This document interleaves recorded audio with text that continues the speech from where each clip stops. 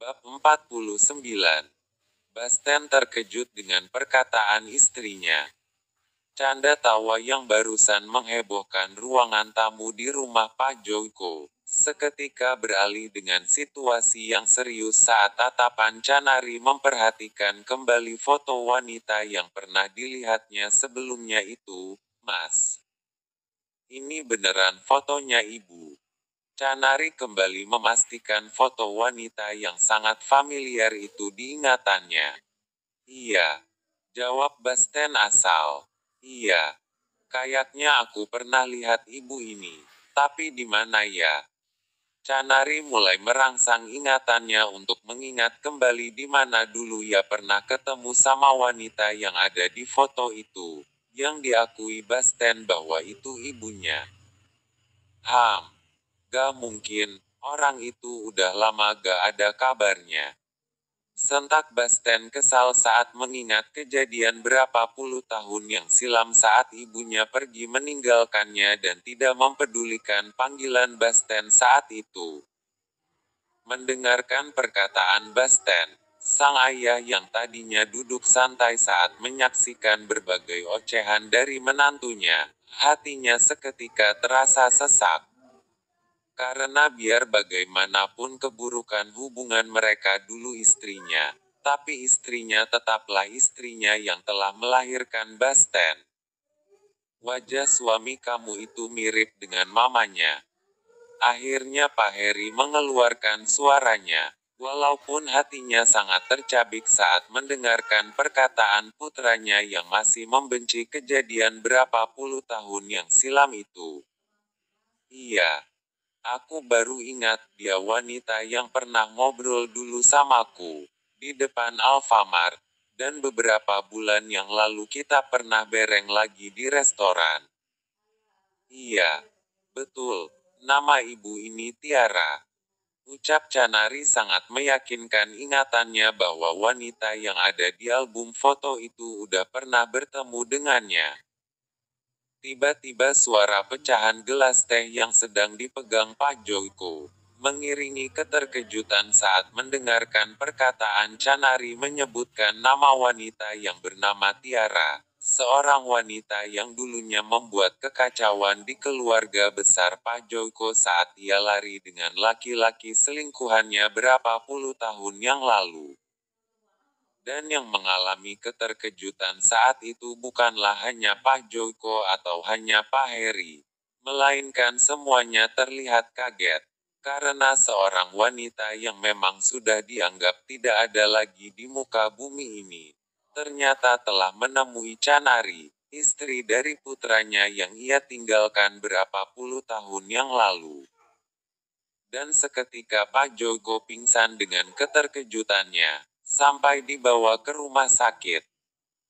Beberapa saat kemudian, setelah beberapa orang sampai di rumah sakit yang ikut mengantar sang kakek yang sedang tak sadarkan diri itu, dan termasuk Canari, dan hanya Pak Aguso yang mewakili dari keluarga besarnya.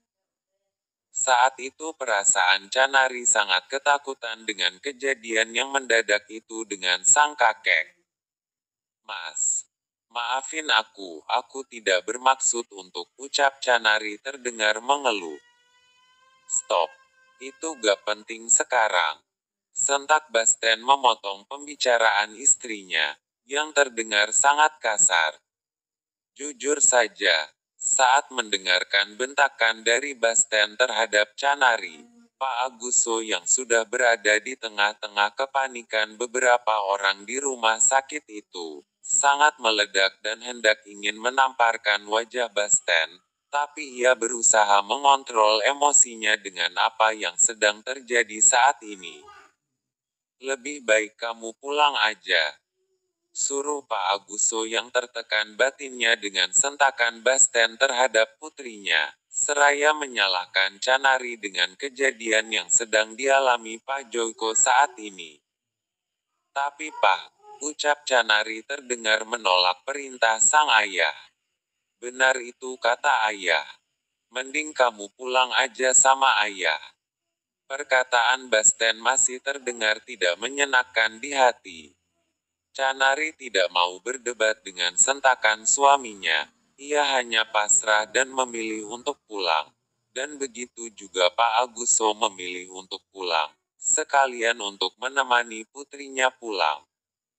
Aku pulang ya. Pamit Canari kepada suaminya. Jawab Basten asal tanpa melihat sedikit pun ke arah istrinya. Ayo kita pulang. Ucap Pak Aguso sambil mengulurkan tangannya kepada putrinya. Sang ayah pun akhirnya menuntun langkah pulang putrinya yang masih melihat ke arah belakang. Jangan sedih, kamu tidak salah. Ini semua sudah takdir. Aguso menguatkan putrinya yang terlihat sedang menahan tangisannya. Namun kelemahan seorang wanita, akhirnya tangisan Canari pecah di saat ia memeluk ayahnya. Pak, udah. Wajar saja kamu takut. Tapi kamu jangan terus-terusan menyalahkan dirimu seperti ini. Karena kamu tidak salah. Kamu hanya mengatakan apa yang sudah terjadi. Pak Aguso semakin berusaha menguatkan batin putrinya yang sedang menangis terisak-isak di dalam pelukannya. Tapi Pak, aku takut jika kenapa-napa. Pasti Kak Basten benci sama aku. Suara Canari terdengar terbata-bata karena tangisannya. Palingan marah. Tapi untuk kehilangan orang yang kita cintai, apalagi harus jauh, itu tidak mudah. Kamu masih punya ayah yang siap belain kamu sayang. Perkataan Pak Aguso sedikit membuat perasaan putrinya lega, hingga untuk sementara ia bisa mengontrol emosinya. Ya udah, ayo kita berangkat. Ajak sang ayah kepada putrinya untuk masuk ke dalam mobil. Dan sebelum masuk ke mobil, Chan tidak lupa untuk kembali menoleh ke belakang. Berharap suaminya menyusulnya dan mengantarnya untuk pulang. Tapi dalam beberapa detik saja hal itu tidak terjadi, hingga Canari mengambil tekad untuk masuk ke dalam mobil. Terima kasih banyak ya.